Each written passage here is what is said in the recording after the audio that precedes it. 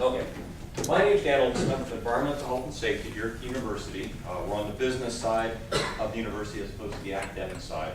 And when I talk to you, anybody saw this last year? Man, about half you guys. Okay. So some of this is going to be a repeat.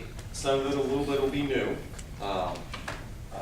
So I'm going to talk a little bit about the university stormwater program. Things I'm going to talk about just real briefly is a little bit of background on what stormwater is and what the problems are.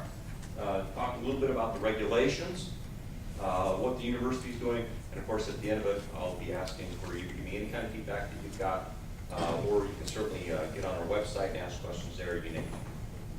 Okay, so what's the problem? Lake streams suffering from increasing things like algal blooms, bacterial levels, sediment accumulation. We're also having things like streams and rivers suffering from erosion and other contaminants like oil.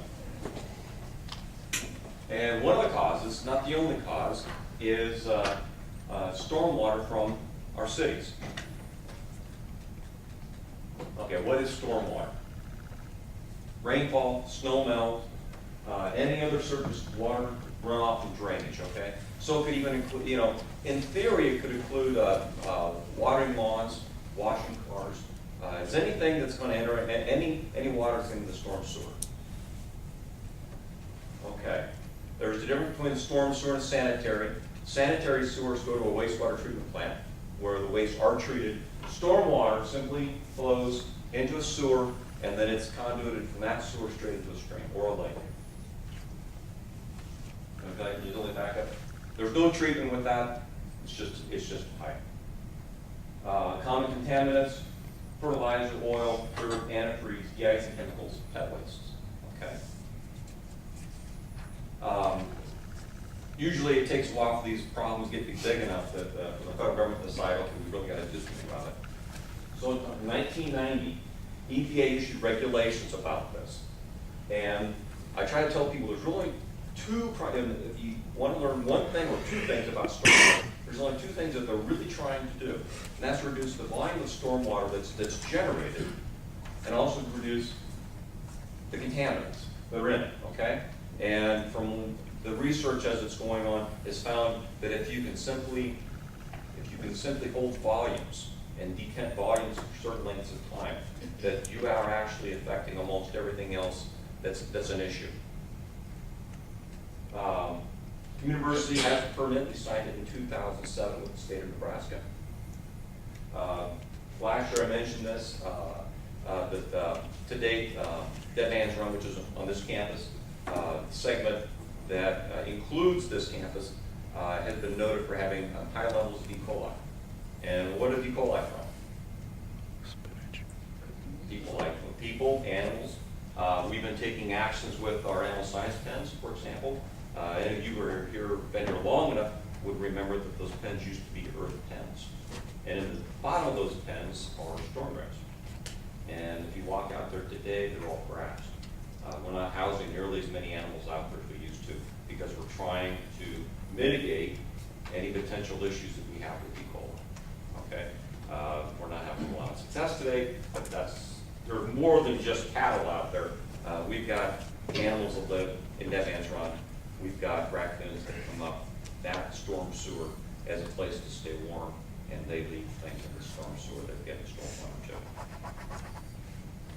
Okay, so what's the university and environmental health safety committed to doing? Taking action to protecting stormwater, involving the administration with what we're finding, and also trying to involve you folks. So what are we doing? Okay. One of the things that the university is pursuing is green roofs. And I think probably everybody's pretty familiar with them. Reduce stormwater flows because basically it's some kind of soil mixture up on the roof that absorbs the water, rainwater. Of course, it provides insulation for the building, reduces heating and cooling. They look great. I believe this is the roof of the City Hall, Chicago, I believe. Right now the university is planning on installing a 2,300 square foot roof at the new physical science building. University a little bit slow to jump into it. partly because they've got to get these things approved by folks at the state level, and the state level folks tend to be a little cautious about what they consider to be new kinds of technologies. Rain gardens. Basically reduce stormwater runoff, trying to capture cold in an area that where it can soak into the ground. Of course, they also capture contaminants when they do that. We're planning that as part of the 17th in our garage, parking garage. Porous concrete, basically water can flow through the concrete and into the ground, and again, that reduces the amount of runoff, reduces the contaminant load of the storm water, helps recharge groundwater. Again, 17th in our parking garage is a location where they're going to be installing some of that. Some of the fear with porous concrete is that with the freeze-thaw cycles that we have here in the Midwest, that maybe it won't hold up as well, that it can get plugged with dirt and other types of debris. And so again, it's and also with traffic, that it may not be as strong as regular concrete and it won't last very long. So it's one of those things that you just learn as you go. Also, we've recently installed a sediment/oil trap at the 14th in our parking garage. Basically, and that's just a little bit of a diagram.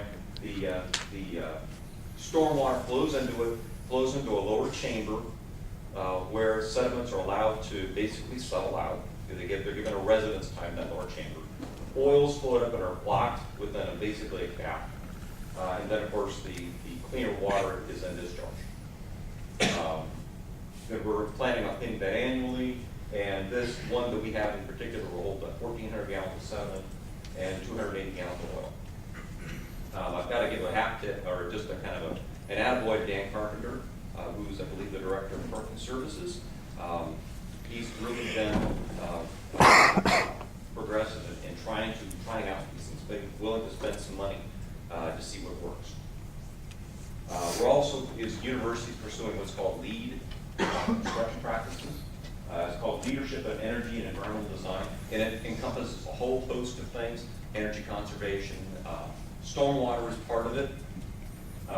They're going to consider, they will, even if they don't go for this certification, it's facilities intent to try to apply these concepts to every building that they design. Here in the last year, the Quilt Center, that's a picture of the Quilt Center, received a LEED Silver Award. Okay, native plants. Landscape Services is committed to using native plants as often as possible. They're well adapted to Nebraska.